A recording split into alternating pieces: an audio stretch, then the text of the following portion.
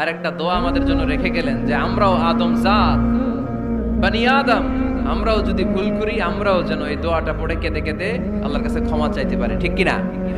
সাইয়েদনা আদম আলাইহিস সালাম ভুল করে ফেললেন, আল্লাহর কাছে চোখের পানি ছাড়লেন, অনুতপ্ত হলেন আর দোয়া করলেন, রব্বানা যালামনা আনফুসানা ওয়া ইল্লাম তাগফির লানা ওয়া তারহামনা লানাকুনান্না মিনাল খাসিরিন।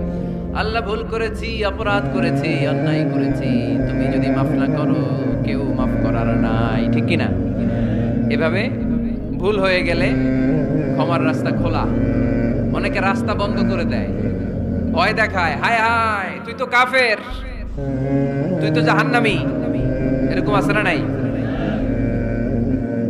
মানে ইসরায়েলের যুগে এক আল্লাহর ওলি, তার পাশে থাকতো এক বেনামাজি, ঘর থেকে বের হইলে বেনামাজিরে দেখলে বলতো এই জাহান্নামী।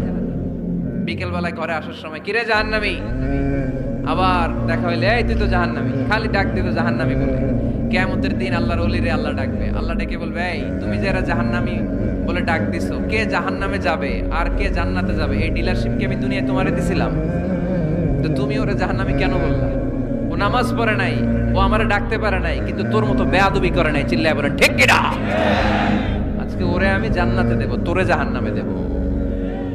খবরদার, কাউরে জাহান্নামী বলার আগে 1000 বার ভেবে নিবেন।